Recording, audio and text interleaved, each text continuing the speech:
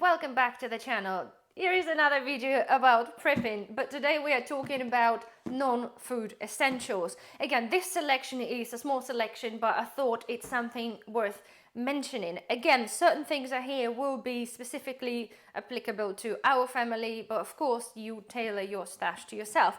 This is again the thing I'm talking about. It's not something we're going to be stockpiling. It's not something we need to have a huge amount of. However, it's always handy to have just few of them to hand just in case. I'm not going to start talking about basic things like shampoos, conditioners and hand soaps and bleaches.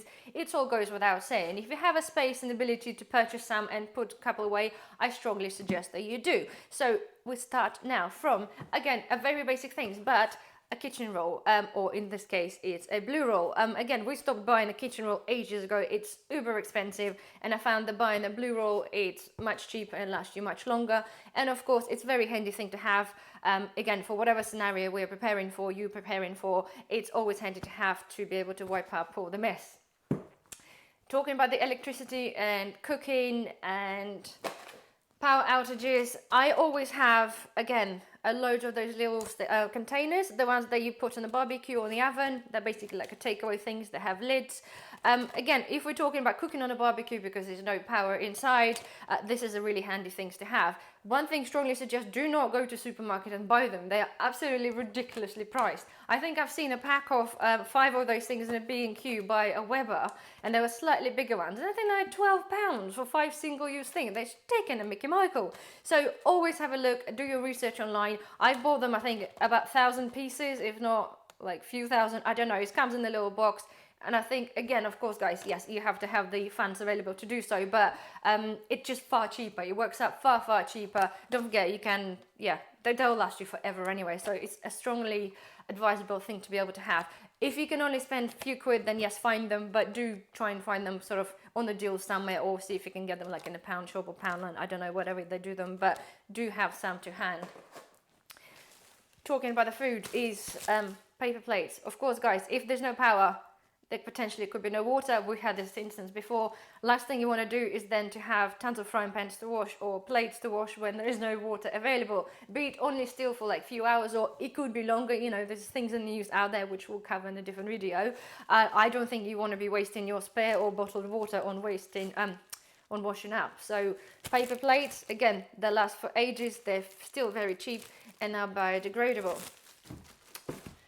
Bin bags, of course, I know it's common sense, right? I'm sure we all have bin bags in our household, and I'm sure we have like a whole roll full. However, again, I strongly suggest having just that little bit extra, because again, if you do have, say, maybe non-biodegradable plates, or if something you don't have a composting pile and you just buy them plastics or whatever else, it's always handy to have a bin bags. Do you know the time, again, brings down to the COVID, we haven't had a refuse collection for weeks, and what you end up having is the bin bag sitting outside. So it's kind of like one of those things that you should always just have, because if you have to double bag it, if we're back in a scenario when there's no collections again, you know, if you end up have to be sitting on the bin bags outside, you kind of want to double, triple bag them just to make sure that the stench doesn't get out. But again, it's a kind of a common sense item, but again, we have a lot of bin bags just because I feel it's a good thing to do. Again, I think that. It doesn't mean you think that. If you don't feel that you need to stash the bin bags, then don't.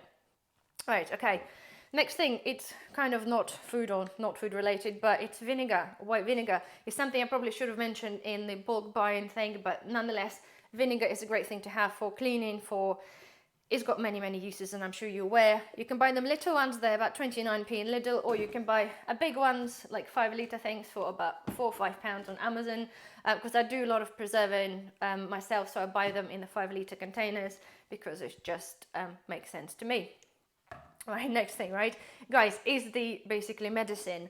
I can do the whole video on medicine. Like, it's so many things that I can cover, and so many things that I have that I stock in my like a first aid box, and it's a big box. I'm not going to cover this in here, but if you do want me to do the video solely on medicines and the things I choose to stock in my medicine cupboard and box, then please comment below and I'll do a separate video.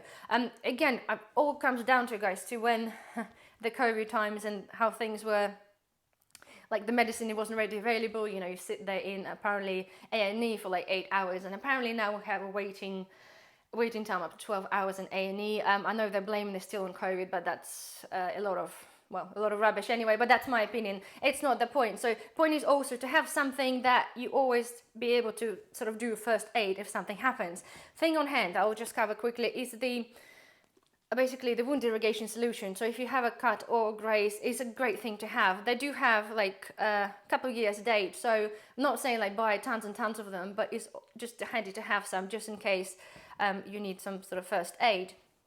Then thing is basic things like plasters. We all know this, it's common sense. Plasters, different dressings. Again, I'm not going into details, they are self-explanatory.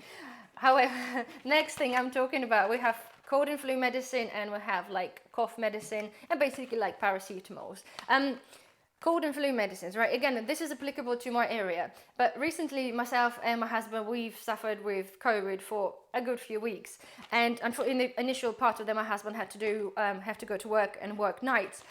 Without cold and flu medicine, you couldn't possibly made it through like a first, even like half of the shift. And myself after as well, obviously I work myself, I have a child, and without cold and flu, I probably wouldn't be able to get out of the bed. So what happened, apparently, according to I read online, that cold and flu actually disappeared off the shelves at the time when we had COVID like a few weeks back, and we needed cold and flu. Good job I had some cold and flu in my cupboard, because if you think the package there is 16 tablets, right? You have to take cold and flu tablets to keep yourself like awake and actually functioning. 2 tablets every like 4 hours. So 1 pack of those for 2 hours poorly only does a day. So if you do want to get through at least a week of actually able to survive and function properly, you do need obviously few of those packets. The trouble is we're having that at the time there were no cold and flu available in the shops, because apparently all the manufacturers taken the cold and flu off the shelves because there was a misprint on the available dosage for children or something. I never seen a dosage for children or cold and flu because they're not allowed to take them. However, this is what was in the news, and I swear to God, guys, I was not able to get cold and flu a local pharmacy or any local supermarket. So I was really grateful to have some spare. So this is the thing I certainly will be stocking up on. My pile of health stuff is still got a lot of work to do. It's still like we're prepping for stuff, right? But we all have gaps in our sort of stocking up piles, because things are it just takes time and just takes money, of course. Anyway, so this is the thing I strongly suggest that you have if you do suffer with colds. Unfortunately, we can only buy 2 at the time, which is a pain in the A. So if you go to the shop, you can only pick up 2, like cold and flu or Calpol for if you have children, so literally 1 of each. So it's kind of pretty crap, to be fair, because if you do come down with a cold, you don't want to be going out like every time to different shop just to pick up yourself 2 1 of each. And the same with Amazon, you're only allowed to buy 2 paracetamol containing medicines in a week, so that's pretty rubbish. So certainly every time you go shopping, pick 2 up and stash them up if you do feel like you need to. And the same thing, guys, is Calpol. We had a shortage of Calpol during the COVID, and even still now and then I go to the shop and I cannot see Calpol on the shelf. So I'm no idea why this is happening. Again, it could be in the area where we live, but I'm pretty sure in many places there are also not shortages, but gaps in the shelf. So again, if you have children, obviously have some, just couple. They do have quite a long date actually anyway, and adults can take it anyway if you really have to. But next things, I feel is quite important ones, guys, is prepping for obviously the food shortages. And if in a scenario we end up eating like the tinned food and you can't grow your own vegetables, that kind of thing, is to buy those little energizing tablets. It's something like, they're very cheap. I think between 70p and a pound. Every shop, every supermarket does them. A lot of them are, some of them just vitamin C, but you have the energy ones, which got loads of other vitamins. So if you think they're fairly cheap, there's 20 tablets in there. It's something I certainly will be stocking up on for my little pantry cupboard. And then at the same time, guys, we're talking about the vitamins, right? Again, if we're lacking the food, and of course, we'll try to do our best to eat as wholesome as we can if there is a shortage of food. I will be doing loads of videos about the cooking as well, because my channel really is about food anyway. So yeah, vitamins, multivitamins, it's very important, I feel, to have multivitamins, especially when the times potentially could be really hard with food. You don't have to spend the loads. You just do your research, find the stuff on the deal. I found those Centrum ones, there's a 60 tablets, no in clearance, from £3.75 to £1 in Boots. So I bought a few of them, and actually when I come to the checkout, they were 3 for 2 as well. So basically, yeah, they worked out to be very cheap. So, and I regret not probably buying a little bit more. However, it's something I strongly suggest that you have on hand. And the same thing with just like a cough medicine, just have some, just because you never know. Right, you might be wondering though, why do I have a Listerine here, which is a mouthwash, and it has to be the alcohol-based mouthwash. Because as I learned, right, I've been prepping for a very long time, but gone through many scenarios when certain things weren't available. And at the moment, I feel like it's so unpredictable to what could disappear off the shelf, to the extent that things could come up and suddenly certain things will literally disappear off the shelves, i.e. like, you know, cold and flu tablets. For one day, something else might disappear for some obscure reason, right? So mouthwash, if you use this, great. Anyway, it's not an essential because it's quite an expensive item and not everybody uses it. However, it's a good idea too. But basically, I read somewhere, right, hear me, I read somewhere online that apparently some researchers found that certain chemical in some of the mouthwashes actually kills COVID.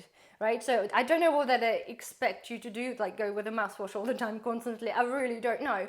But God forbid if that word actually, if this is serious and this word gets out there, and the people that severely probably believe in the COVID, how serious that could be, and people that potentially suffer with serious COVID stuff, if that actually gets in the news and be proven that to be proven fact, this will disappear off the shelves right away, I guarantee you. So if it's something that you use anyway, if you just come to buy a Listerine one day and it suddenly is none on the shelf because apparently it cures the COVID in the mouth. So go figure. So you're never ready for any eventuality, but I like to be ready. So here we are. A couple of those in your cupboard, stashed away. Good thing to have. Right, okay. So again, I said I'm not going to cover the basic things like the hand washes and stuff. But so if you can't afford to buy and stock up on a lot of liquid soap, buy a bar of soap. They're cheaper, they keep forever, and they take far less space. So if you imagine like one of the normal soaps, the liquid dispenser soaps, up against of those, they'll outweigh them like 5 times. Yes, it's particularly not maybe easy or desirable to use. However, buy some, stack them in your towel cupboard and let them sit there. You can get them fairly cheap at the moment. That's like a fancy smelly one, but you can buy like Dettol soap, all that kind of thing, and it will last forever. So trust me, good thing to have. Right. So we have this also as a tab of baking powder, not baking soda, baking powder. So it's something that bicarbonate of soda. What am I talking? Sorry, it's bicarbonated soda. Again, it's got many cleaning things. You can do a lot with it. It's very cheap at the moment. I use that to clean my drains with vinegar and a dishwasher as well. So it's if you research it, that you can do a lot with it. It's still very cheap if you buy this in bulk. And again, if things are tough, if you can't find any cleaning things for whatever reason, like the COVID time, people that bought all the bleaches, you know, there's just things and home remedies you can make with that. With the personal care, guys, again, I'm not covering you all. We all know what you use as personal care, but if we're talking about the lack of water, consider having like wet bum wipes and like baby wipes and makeup wipes.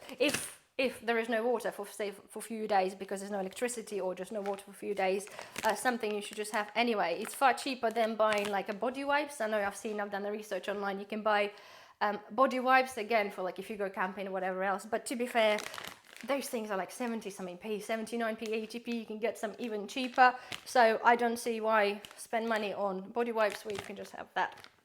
That even do a baby body wipes, which is still cheaper than buying body wipes advertised for like camping and whatever else. So again, I have a load of them because we still have a kid. So yeah, something to have. Right, and last but not least, guys, seeds. If you've seen any of the videos in the beginning, like in our channel, our aim as a family is to try to be as self-sufficient as possible. We have chickens, we have garden, and we're trying to obviously we've got the solar panels, we've got generator. We are trying to walk away, and I say being off the grid because we could never possibly be off the grid, but trying to be as self-sufficient as possible. So seeds, because they're threatening us with lack of, I think, even lettuce for the next year, but God knows, we just don't know. But the idea as a prepper is seeds. So if you've never grown anything and you have the space in a garden, then it's something I strongly suggest that you do research, see what you like to eat, and buy some seeds. You can pick them up off the season a little bit cheaper. Wilkinson's do like 25p for seed package. You could buy, but they do like Thompson and Morgan. Some seeds are now like stupid price, like £3-4 for seeds. They're not It's just a seed, right? At the end of the day, yes, there's some quality, so I'm not going to get into debate. However, you can buy cheap seeds and give it a go. Trust me, you could thank me later. For something like even having radishes, they grow anywhere. You can even grow them in a pot. You can grow them like inside the house on the windowsill. If there's no vitamins, if there's no fresh veg out there, it's a very easy thing to grow and easy to have. And as I said, if you don't have a garden, you can grow stuff like, even if you grow a bunch of herbs on the windowsill, it'd be a great addition to your tin pantry if things happen. So here we are, guys. So I think that covers basically kind of the non-essential essentials or non-food essentials. As I said, I can do video if you want to concentrate on medication and other sort of herbal remedies that I've choose to keep in my cupboard, but just comment please below. As I said, we're not always going to talk about sort of what we're buying, but we are of course going to discuss how we're going to use it, how we're going to cook. I'm going to give you through recipes of doing stuff from your pantry alone if there's no access to like fresh fruit and vegetables. So if you do like this kind of content, don't forget to subscribe, like the video, and I'll see you very soon. Bye bye.